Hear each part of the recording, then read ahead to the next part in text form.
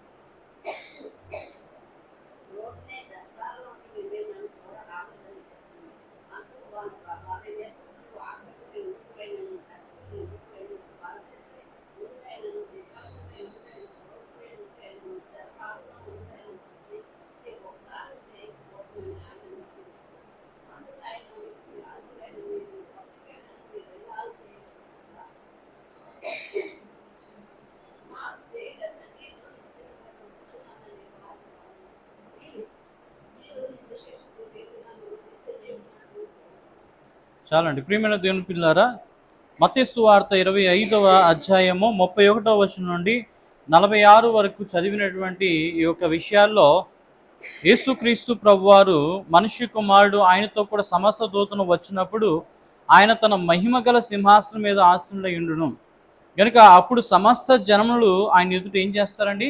పోగు చేయబడతారు. ఎలాగైతే గొల్లవాడు మేకల్లో నుండి గొర్రెలను వేరుపరిచినట్లు ఆయన వారు ఏం చేస్తారు?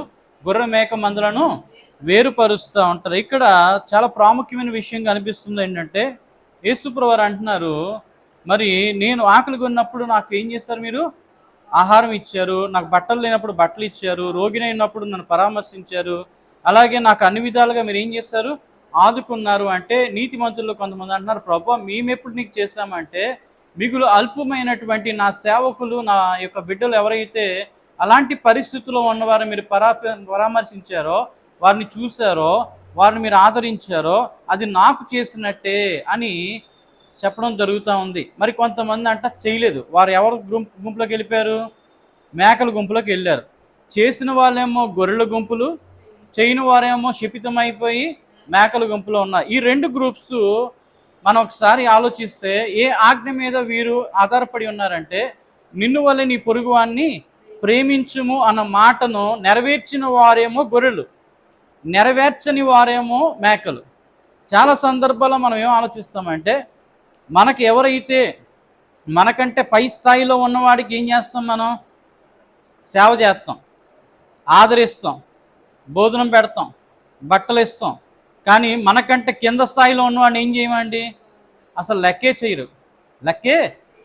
ఇప్పుడు చూడండి, పెద్ద పెద్ద మందిరాలు దగ్గరికి ఎవరు వెళ్తారు?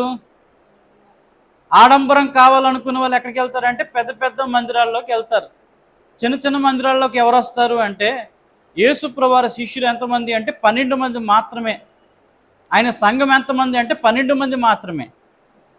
ఏమంటే యేసయ్య ఏమైనా పెద్ద చర్చి కట్టాడా? ఆయన పర్వతం యొక్క కొండ యొక్క రాయి మీద ఆయన కూర్చొని, మిగతా వాళ్ళందరూ కూడా ఆ యొక్క మైదానంలో ఆ కొండ మీద కూర్చుంటే వారందరికీ కూడా యేసు ప్రభువారు ఏం చెప్పేవారండి? బోధ చేసేవారు. యేసయ్య ఏమంటున్నారంటే, ఆకాశ పక్షులు గూళ్ళు ఉన్నాయి, నక్కలకు బొరియలు ఉన్నాయి, మనిషి కుమారుడు తలవాల్చుకోవడానికి ఏం లేదు, స్థలం లేదు. కానీ ఆయనను చాలామంది ఏం చేస్తారు? ఆయన్ని ఆదరించారు. ప్రభువుని ఇంటికి పిలిచి భోజనం పెట్టిన వారు ఉన్నారు, ఆయన శిష్యులకి భోజనం పెట్టిన వారు ఉన్నారు, ఆయనకి అన్ని రకాలైనటువంటి సదుపాయాలు చేసిన వారు ఉన్నారు. ఆయన ఉపవాసం ఉన్నప్పుడు దేవదూతలే వచ్చి ఆయనకి ఏం చేశారు? పరిచర్య చేశారు. కనుక ప్రభు ఏమంటున్నారంటే, ఇక్కడ బీదలైన వారి గూర్చి కూడా ప్రస్తావిస్తూ, అల్పులైన వారు అంటే ఎవరంటే లోకములో ఎదగని వారు. అల్పులైన వారు ఎవరంటే ఆర్థికంగా ఎదగని వారు, అలాగే సామాజికంగా ఎదగని వారు, జీవితంలో కింద ఉన్నవారు, ఆధ్యాత్మికంగా కూడా ఎదగిన వారిని కూడా అందులో సరిపోల్చబడతా ఉంది. కనుక వీరికి ఏం అవసరం అంటే, దేవుని నామం పేరిట వారిని ఏం చేయాలి? బలపరిచేది. బలపరచబడిన వాడు బలహీనుడైన వారిని ఏం చేయాలి? బలపరచు. కొంతమందినైనా అగ్నిలో నుంచి లాగినట్టుగా ఏం చేయండి? మీరు లాగండి. మరి ధనవంతుడు అగ్నిలో పడి ఏమంటున్నాడు? దాహం దాహం అని అంటున్నాడు. వాడికి ఏ దాహం ఉంది అంటే సువార్త అందలేదు. ఏమందలేదు? ఈ లోకంలో సువార్త అందలేదు కనుక అక్కడికి వెళ్ళి ఏమంటున్నాడు? దాహం అంటున్నాడు. కనుక సువార్త అందని వారు ఏమవుతారంటే దప్పికొంటారు. సువార్త అందని వారు ఏం చేస్తారు? ఆత్మీయమైన ఆకలికి బాధపడతారు. కనుక అక్కడ వారికి అన్ని రకాలైన బాధలు అనేవి ఏడ్పును పండ్లు కొరుకుటయి ఉండు. అక్కడ అంత వేదనకరమైనటువంటి చోటు అనేది నిత్య నరకాగ్ని గుండంలో ఉంటుంది. కనుక గొర్రెలను మేకలను దేవుడు వేరుపరచంటే, గొర్రె అనగా క్రీస్తును వెంబడించిన వారిని ఏమంటారండి? గొర్రెలు. సాతానును వెంబడించిన వారిని ఎవరంటే ఏమంటారు? సాతాను వెంబడించిన వారు మేకలు అంటారు. కనుక అవి నల్లగా ఏం చేస్తాయి? సాతానుగాడిలాగానే ఉంటాయి. కనుక తేజో నక్షత్రమైనటువంటి వాడు, కాంతివంతమైన వాడు ఏమైపోయాడు? బొగ్గు కంటే నలుపైపోయాడు. కనుక బొగ్గు కంటే నలుపైన వాడు ఏం చేశాడు? దేవుడు గొర్రెలను మేకలుగా మార్చేశాడు. దేవుడు గొర్రెలు ఏం చేశాడండి? మేకలుగా మార్చాడు. ఇంకా మేకలు ఏమైపోతున్నాయి అంటే శరీరాశ, నేత్రాశ, జీవపు డంబానికి గురయ్యి అవి నిత్య నరకాగ్ని గుణంలో సాతాను వాడి దూతరులతో పాటు వీరు కూడా ఏమైపోతున్నారండి? అనుచరులతో పాటు వేయబడతా ఉన్నారు. కనుక ఈ వాక్య సందర్భాన్ని బట్టి మనం ఏం ఆలోచించాలంటే, నేను నిజంగా దేవుని ఆజ్ఞలను పాటిస్తున్నానా? నేను నిజంగా నిన్ను వల్ల నీ పొరుగు అని ప్రేమించమనే మాట నా జీవితంలో అమలు పరుస్తున్నానా? పక్కనోడికి సాయం చేయడం తక్కువ, కానీ వాడికి ఎలా కెలకాలని చూస్తాం. మనం ఏం చేస్తాం చెప్పండి? పక్కన వాడికి సహాయం చేయడం కాదు, కానీ వాడిని ఎలా ఇబ్బంది పెట్టాలో మనము చూస్తూ ఉంటాం. కనుక ఈ లోకంలో మనుషులందరి తీరు అలాగే ఉంది. ఇప్పుడు ఒకడు ఆత్మీయంగా ఎదుగుతున్నాడు అనుకోండి, సాతాను గాడు ఏం చేస్తాడు? వాడిని కిందకి ఎలా లాగాలని చూస్తాడు. అలాగే ఒకడు ఆర్థికంగా ఎదుగుతున్నాడు అనుకోండి, లోకంలో మనుషులు ఏం చేస్తారు? కిందకి లాగాలని చూస్తాడు. అలాగే ఒకడు ఎడ్యుకేషన్ పరంగా ఎదుగుతున్నాడు అంటే ఏం చేస్తారు? మిగతా వాళ్ళు కాలు పట్టుకుని ఎలా కిందకి లాగాల అని చూస్తారు. కనుక ఎదుగుతున్న వాడు చూసి ఎప్పుడు జనాలు ఏం చేస్తారు? ఏడిపే. కానీ ఎదిగిన వాడు కింద దిగువ స్థాయి ఉన్న వాడిని ఏం చేయాలి? ఆదుకొని పైకి లేపాలి. లేపడమే దేవుడు మనకిచ్చినటువంటి ఆధిక్యత, అవకాశం. చెప్పాలి చెప్పండి, అవకాశం. దేవుడి దగ్గరికి రేపు పొద్దున మనం వెళ్ళినప్పుడు మీరేం చేశారు అని అడిగారు అనుకోండి, నేనేం చేయలేదయ్యా, 3 పూటలు తిన్నాను, చక్కగా పడుకున్నాను, నా జీవితం అంతా కూడా ఆరోగ్యంగా హాయిగా నడిచిపోయింది, వచ్చేసానికి నీ పిలుపుని అందుకొని అన్నాం అనుకోండి, మేకలాగా ఏం చేయమంటాడు? ఎడం వైపుకి వెళ్ళు అన్నాడు అనుకోండి, పరిస్థితి ఏమైపోతుంది? తారుమారు అవుద్దా లేదా? అప్పుడు ఏమనుకుంటారు మీరు? నేను ఎంత చర్చికి వెళ్ళాను, ఎంత ప్రార్థన చేసుకున్నాను, మా పాస్టర్ గారు వాక్యం చెప్పాడు, పరలోకమే చెప్పాడు, ఇన్ని చేశారు, నా సమాధి కూడా ఏమైంది? చేయబడింది, అన్నీ చేయబడ్డాయి, కానీ నేను ఎక్కడికి వచ్చాను? మేకల మందులోనికి వెళ్ళిపోయాను. అసలు ఏంటి రాంగ్ అని అనుకుంటారా లేదా అక్కడికి వెళ్ళిన తర్వాత? అందుకని అక్కడికి వెళ్ళక ముందే ఇక్కడ ఏమైపోవాలి చెప్పండి? జాగ్రత్త పడాల్సిన చోటు ఎక్కడ ఉందంటే భూలోకంలోనే ఉంది. మార్చుకోవాల్సిన చోటు ఎక్కడ ఉందంటే భూలోకంలోనే ఉంది. మనం ఇంకెంతకాలం బతుకుతాం మనకి ఎవరికి కూడా తెలియదు. కనుక అల్పాయుష్కులమైన మనము ఎదురు చూడవలసినటువంటి చోటు ఏదైనా ఉంది అంటే పరలోక రాజ్యం అండి. ఇక అంతకు మించి ఏమి లేవు ఈ లోకంలో, ఇంకా సాధించవలసినవి ఏమీ లేవు. కానీ ఒకే ఒకటి ఉంది, మీ ఆత్మను రక్షించుకునే బాధ్యత ఎవరి మీద ఉందండి? ప్రతి క్రైస్తవుడి మీద తన ఆత్మను తానే దేవుని వాక్యానికి లోబడి, దేవుని వాక్యానికి విధేయులై ఉండి, దేవుని వాక్యానికి వారు సరైనటువంటి మార్గంలో నడిచి దేవుని రాజ్యానికి వెళ్ళవలసిన అగత్యము, అవసరత అనేది ఉంది. కనుకని ప్రభు చెప్తున్నారు. కనుక చాలామంది ఈ వాక్యాన్ని వినగానే ఏమనుకుంటారంటే వెంటనే మొదలు పెట్టేస్తారన్నమాట. ఏమని? ఎక్కడ దిక్కుమాలిన వాళ్ళు అంటే ఆకలి బాధతో ఉన్న వాళ్ళని ఎత్తుక్కుంటూ వెళ్ళి బిర్యానీ పొట్లాలు ఇస్తారు. దానివల్ల ఏ ఫలితం అనేది లేదండి. గమనించండి, చాలామంది క్రైస్తవులు, బోధకులు, పెద్దవాళ్ళు, గొప్పవాళ్ళు, డబ్బులు ఉన్నవాళ్ళు వాళ్ళ సంఘాల మీద డబ్బులు పోగు చేసి ఏం చేస్తున్నారో తెలుసా? బిర్యానీ పొట్లాలు కొంటారు, దుప్పట్లు కొంటారు, వెళ్ళి పంచుతూ ఉంటారు వాళ్ళకి. ఆడు గంజాయి తాగుతాడు, సిగరెట్ తాగుతాడు, మందు తాగుతాడు, అన్ని యాసాలు వేస్తాడు, దొంగతనాలు కూడా చేస్తాడు. కానీ వాడికి ఏం లేదు చెప్పండి? బుద్ధి లేదు, మారు మనసు లేదు. వాడు అక్కడ అలా పడి ఉంటాడు. వాడి పని అది. ఎందుకంటే వాడు సోమరిపోత అయిపోయి, లేకపోతే వాడు కాలు వచ్చి ఇరిగిన తర్వాత ఎవడో పట్టించుకోకపోతే వాడి మనస్తత్వం బాగోక చాలామంది ఏం చేస్తారు? రోడ్డున పడేస్తారు. అలాంటి వాళ్ళే ఎక్కువ శాతం ఎక్కడ ఉంటారు చెప్పండి? ఎక్కడ ఉంటున్నారు? బయట రోడ్ల మీద బారులు తీరుతూ ఉన్నారు. వాళ్ళు అందరూ మంచోళ్ళు అనుకుంటాం మనం. మంచోళ్ళు ఎవరు కూడా ఉండరు, అందరు ఖతర్నాక్ కంత్రీగాళ్ళే ఉంటారు. వాళ్ళ దగ్గరికి వెళ్ళి మనం కనికరించి ఏం చేస్తామండి? బిర్యానీ ఇచ్చి, బట్టలు ఇచ్చి, అవి ఇస్తే వాడు బిర్యానీ తినేస్తాడు, ఆ దుప్పటిని ఎవడికి అమ్మేస్తాడు, మందు బాటలు కొని తెచ్చుకొని తాగుతాడు. వాడి వ్యసనము వాడిని దరిద్రం పాలు చేసింది. బైబిల్ చెప్తుంది అదే. మద్యము వెక్కిరింతల పాలు చేయును. తాగుబోతోడు అవ్వడం వల్లనే వాడు నిరుపేద అయ్యాడు, వాడు అప్పుల పాలయ్యాడు, వాడు దౌర్భాగ్యుడయ్యాడు, వాడు నీచుడయ్యాడు, వాడు ఎందుకు పనికిరాని వాడిగా రోడ్డున పడ్డాడు. ఇలాంటి వాడికి మనం ప్రకటించవలసింది ఏంటో తెలుసా అండి? సువార్తని సేవ చేసి వారిని ఉత్తేజపరచలే కానీ వారికి ఇవ్వచ్చు. ఇప్పుడు ఆర్థిక సాయం ఇవ్వాలంటే అలాంటి వాళ్ళందరినీ సేరదీసి ఒక ఒక ఒక సమావేశంగా పెట్టి వాళ్ళందరినీ కూర్చోపెట్టి దేవుడి మాటలు చెప్తూ వాళ్ళకి అప్పుడు ఏం చేయాలి చెప్పండి? చెయ్యొద్దు ఇవ్వాలి. వాళ్ళ మారుమనసు అనేది కలిసి అలాగా ఆత్మలు రక్షించేవాడు, అలాంటి సమాజ సేవ చేసేవాళ్ళు చాలా తక్కువ మంది భారతదేశంలో ఉన్నారు.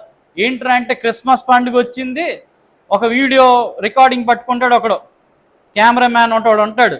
ఏంట్రా అంటే ఈ చేసిన పావల పని ముప్పాల అడుక్కుంటాడు. ఏం చేస్తాడు చెప్పండి? ఫేస్బుక్లోను, యూట్యూబ్లో పెట్టి ఏం చేస్తాడు? అడుక్కుంటాడు. చూడండి, నేను 200 మందికి ఏం చేశాను? బిర్యానీ పొట్లాలు పంచాను. మీలో ఎవరైనా సాయం చేయాలనుకుంటున్నారా? నాకు పంపండి అంటాడు. వీడు చేసిన ఒక్కసారి చేస్తాడు, 2వ ట్రిప్పు, 3వ ట్రిప్పు, 4వ ట్రిప్పు డబ్బులు వస్తానే ఉంటాయి. ఆ డబ్బులన్నీ ఎవడు తినేస్తాడు? ఈ దౌర్భాగ్యుడు తింటాడు. దేవుడి దృష్టిలో ఏమైపోతాడు? మేకగా మారిపోతాడు. గమనించాలి, మనం సొంతంగా కష్టపడి చెమటూడ్చి ఆహారం తినొచ్చు, దానివల్ల ఎటువంటి ప్రాబ్లం అనేది లేదు. కానీ ఆ పేదల పేరిట, దేవుని పేరిట డబ్బులు దండుకొని తిన్నాము అనుకోండి, అది ఏం చేస్తుందో తెలుసా? భూమి మీద నిన్ను మంచిగా బతకనివ్వదు, పరలోకానికి కూడా నిన్ను వెళ్ళనివ్వదు. కనుక ప్రతి క్రైస్తవ బోధకుడు, ప్రతి పాదిరి ఈరోజు డబ్బులకి, ధనానికి లోబడిపోయి దాసోహం అయిపోయి దేవునికి దాసుడు కాలేనటువంటి పరిస్థితుల్లో బైబిలే పట్టుకుంటారు. వీళ్ళేం పట్టుకుంటారు చెప్పండి? బైబిలే. మరి ఈరోజు వీళ్ళకి ఏంటి అండి? రేంజ్ రోవర్ కార్లు ఎక్కడి నుంచి వస్తున్నాయి? బెంజ్ కార్లు ఎక్కడ దేవుడు తిరగమన్నాడా? డొక్కు పడవలో తిరిగాడు యేసయ్య. ఎక్కడ తిరిగాడు చెప్పండి? ఏమని చెప్తారు అంటే, దేవుడు మమ్మల్ని ఆశీర్వదిస్తుంటే పక్కనోడు ఏం చేస్తున్నాడు? మా మీద కుళ్ళిపోతున్నాడు. మా మీద ఏం చేస్తారు? చాలామంది దైవ సేవకులు వేరే వాళ్ళ మీద ఏం చేస్తుంటారు? ఏడుస్తూ ఉంటారండి. వాళ్ళు మేము దీవించబడటం వాళ్ళకి నచ్చదు అంటారు. ఏమండి, దేవుడు ఈ జానడ పొట్ట కోసం, కడుపు నింపుకోవడం కోసం ఒక చక్కని నీ కుటుంబానికి సరిపోయి ఇల్లు, నీ కడుపు నింపుకోవడానికి డబ్బులు, నీకు బట్టలు వేసుకోవడానికి మంచి బట్టలు, ఎందుకంటే 10 మందిలో నిలబడతావు కనుక సూటో బూటో వేసుకోవడం మంచిదే, సహజమే.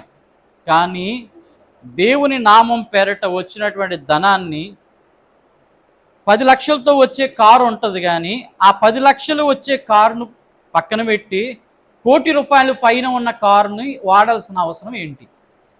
ఇప్పుడు ఎంత దేవుడికి నష్టం కలుగుతుంది చెప్పండి? నువ్వు 10 లక్షల రూపాయల కారు కొనుక్కొని దాంట్లో తిరిగితే ఎవరికి ఎటువంటి ఇబ్బంది లేదు. మిగతా 90 లక్షల రూపాయలు ఏదైతే నువ్వు ఈఎంఐ పెట్టుకొని, అప్పులు పెట్టుకొని, చాలామంది దేవుడి మీద వచ్చిన ఆదాయాన్ని ఎక్కడ కడుతుంటారు? ఈఎంఐలు బ్యాంకులకు కడుతుంటారు, వడ్డీలు కడుతుంటారు. ఎవడు మేపుతున్నట్టు? ఎవరు మేపుతున్నాడు? బ్యాంకులో మేపుతున్నాడు, కానీ ఎవరు మేపట్లేదు. అదే 90 లక్షల రూపాయలు నువ్వు దేవుడి సేవ కోసం ఖర్చు పెడితే ఎన్ని ఆత్మలకు వాక్యం రీచ్ అవుతుంది? ఈరోజు అడుక్కోవడం ఎక్కువైపోయింది, ఆత్మలు రక్షించడం తక్కువైపోయింది. ఏం చెప్పండి? అడుక్కోవడం ఎక్కువైంది, ఆత్మను రక్షించడము తక్కువైంది. కనుక ప్రియమైన దేవుని పిల్లరా, దేవుడు గొర్రెలను మేకల్ని వేరుపరుస్తాను అంటున్నాడు. గొర్రెల్లో ఉండాలి మనం, కానీ మేకల్లో మాత్రం ఉండకుండా చూసుకోవాలి. అది పాదిరి అయినా, అది విశ్వాసి అయినా, అది క్రొత్తగా దేవుని సన్నిధిలో చేరుతున్నవాడైనా ఈ మాదిరిని ఖచ్చితంగా ఏం చేయాలా? పాటించాలా. శరీరాశ, నేత్రాశ, జీవపు డంబం, ఈ 3 ఉండకూడదు. ఉన్నాయా మేకమైపోతాం. ఎవరు చెప్పండి? మేక. కనుక నల్లని మేకలా తయారవుతాం. కనుక మేక లాంటి జీవితం మనకి వద్దు అని అనుకుంటే గొర్రె లాంటి స్వభావం కలిగి ఉండాలి. గొర్రె ఎలా ఉంటుంది చెప్పండి? శాంత స్వభావం. గొర్రె ఏం చెప్పండి? బొచ్చు కత్తిరించు అని ఎదుట మౌనిగా ఉన్నాడు. కనుక గొర్రె అన్నిటికీ తలవుతుంది. గొర్రె దేవుని మాటకు లోబడుతుంది. ఎలా అయితే యజమానుడు గొర్రెల కాపరి మంచివాడైతే గొర్రెలు మంచి అవుతాయి, అవునా కాదండి? యేసయ్య అంటాడు, నా గొర్రెలు నా స్వరం వింటాయి, అవి నన్ను వెంబడిస్తాయి అన్నాడు. ఈరోజు యేసుని వెంబడిస్తున్న వారందరూ కూడా గొర్రెలే. యేసుని వెంబడింపకుండా లోకాన్ని వెంబడిస్తున్న పాదురులు మేకలే, వాళ్ళని వెంబడిస్తున్న విశ్వాసులు కూడా మేకలే అన్న సంగతి మనం ఏం చేయాలి? గమనించవలసిన వారమే ఉన్నాం. ప్రియమైన దేవుని పిల్లారా, మనలో మేక స్వభావం ఉందా, గొర్రె స్వభావం ఉందో ఏం చేయాలి? మనము పరీక్షించుకోవలసిన వారమై ఉన్నాం. కనుక మనలో ప్రతి ఒక్కరిలో శరీరాశ ఉందండి. ఉందా లేదా? చక్కగా బతకాలని ఆశ ఎవరికి లేదండి? మంచి బట్టలు వేసుకోవాలని ఆశ ఎవరికి ఉండదు? మంచి భోజనం తినాలని ఆశ ఎవరికి ఉండదు? మంచి ఇంట్లో ఉండాలని ఆశ ఎవరికి ఉండదు? అందరికీ ఉంటుంది. ఉంటుందా లేదా? ఉండుద్ది. అయితే ఇక్కడ చెప్పబడుతున్న మాటను బట్టి ఇవన్నీ వదిలేయమనో, రోడ్డు మీద పడి ఉండమనో, చెట్టు కింద తలదాచుకోమనో దేవుడు వాక్యం చెప్పట్లేదండి. ఏం చెప్తుందంటే, నీకు ఏదైతే కావాలో దాన్ని కూర్చుకొనగా ఇక మీదట నాకు అవసరం లేదు అని అనుకున్నప్పుడు ఎవరికి ఇవ్వాలి? ఇది ఎవరికి ఇవ్వాలి? దేవుని పని కోసం ఆలోచన చెయ్యాల. దేవుని కోసం ఆలోచన చేస్తే దేవుని కార్యాలు జరుగుతాయి, దేవుని పనులు జరుగుతాయి, ఎన్నో మీటింగ్స్ జరుగుతాయి. కనుక ఈ లోకములో డబ్బు సంపాదించుకోవడానికి క్రైస్తవ్యంలోకి వస్తే అది చాలా పెద్ద దౌర్భాగ్యం. ఆత్మల కోసం దేవుని క్రైస్తవ్యంలోకి వచ్చి నలిగిపోయి దేవుని కోసం కష్టపడి పనిచేసేవాడు దేవునికి ఇష్టపాత్రుడు అవుతాడు. ఎక్కడ విజయవాడ పట్టణమో, ఎక్కడ బరంపురం అండి, ఇంచుమించు 12 గంటలు ప్రయాణం చేయాల. ఎన్ని గంటలండి? 12 అవర్స్ జర్నీ. ప్రతి నెల కూడా గుంటూరు మహాపట్నానికి హెడ్ ఆఫీస్కి వెళ్ళాలి. ఎవరు? పాస్టర్ గారు, అయ్యగారు, నాన్నగారు వెళ్ళాలి. డబ్బులు ఉంటాయా? సంఘం 10 మంది కూడా లేరు అప్పుడు, 5గురు 4గురు, ఇలాంటి పరిస్థితి.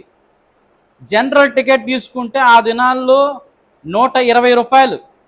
ఎంత అండి? 120 రూపాయలు జనరల్ టికెట్ తీసుకొని కిక్కిరిసిపోయే బండిలో 55 సంవత్సరాలు పెద్ద ఆయన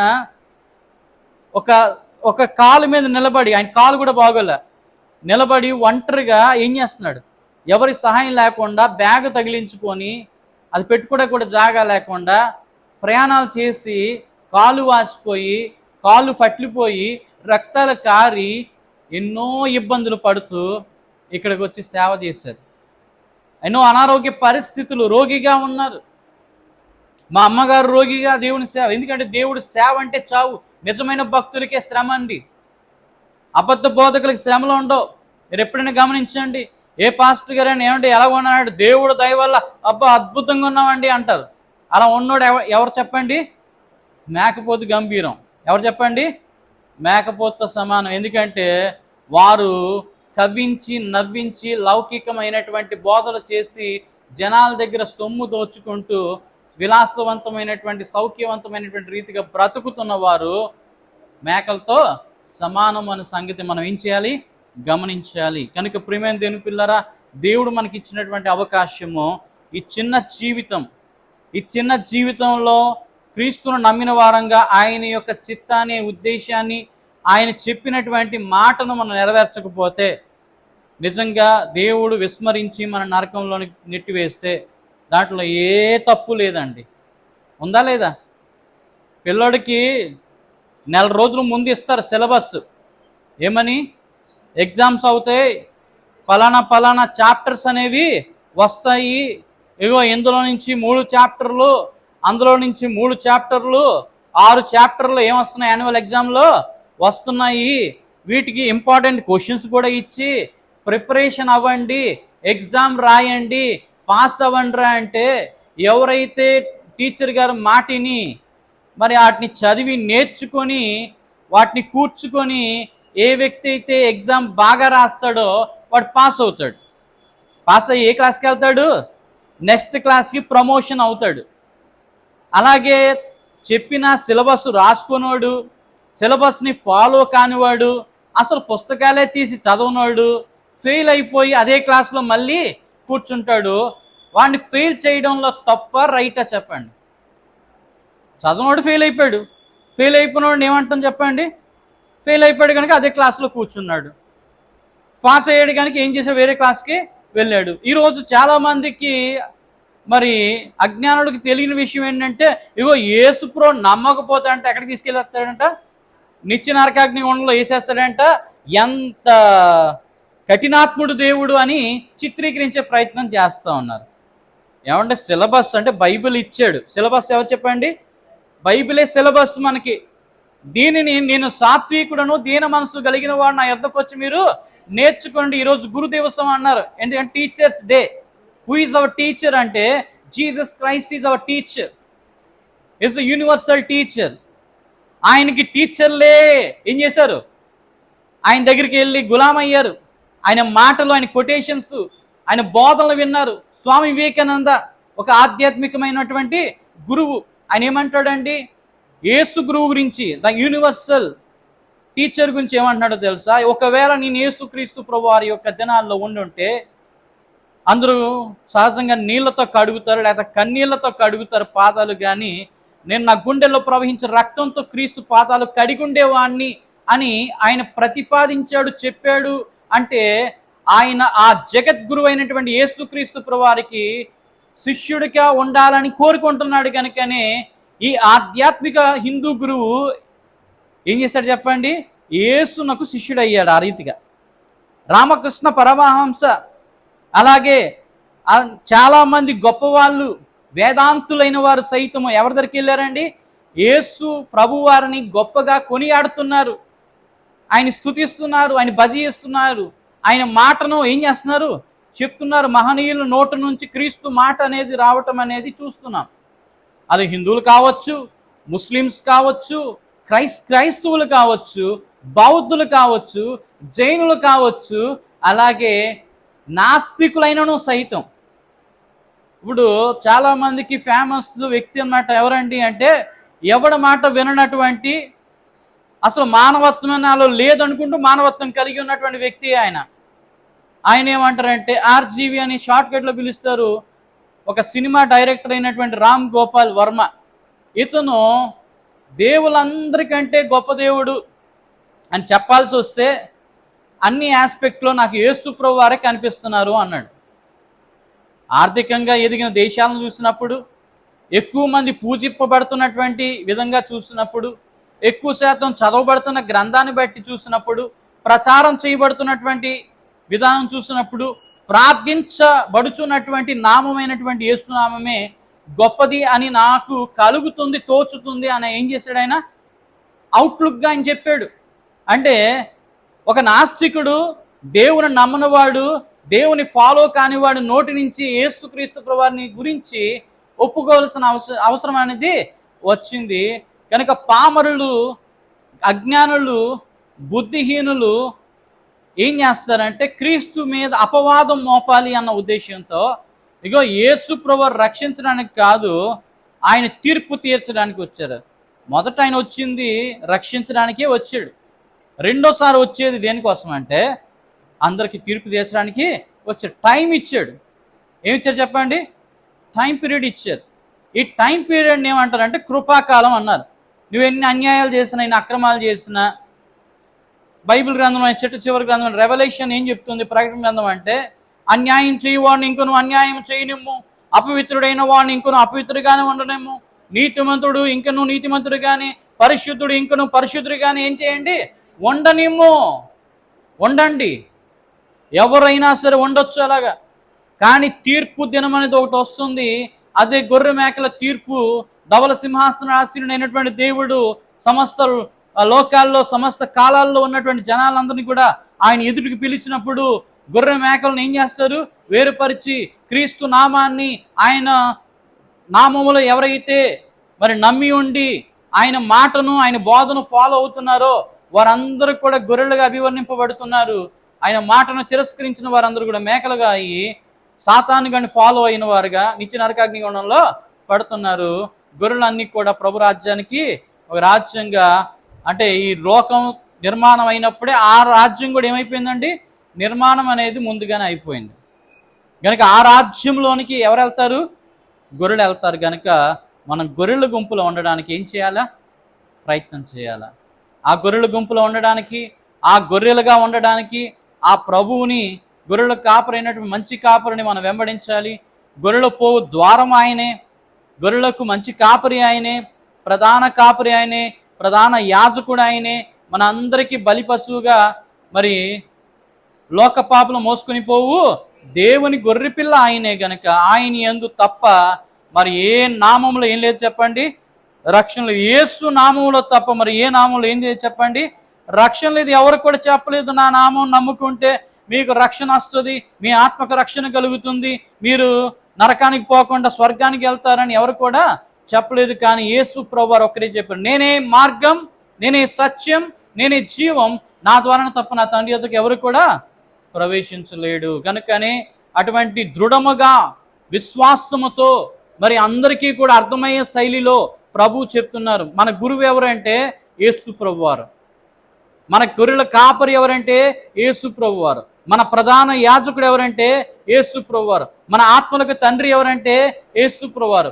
మన రారాజు ఎవరంటే యేసు ప్రభువారు. మన ప్రభులకు ప్రభు ఎవరంటే యేసు ప్రభువారు. అటువంటి దేవుని చేత మన కొరకు రక్తము కార్చి పాపాని కోసం మూల్యం చెల్లించి మన అందరికీ మళ్ళీ పాపము నుండి విడిపించబడడానికి ఒక సమయాన్ని, గడువునిచ్చారు మారు మనసు పొందడానికి.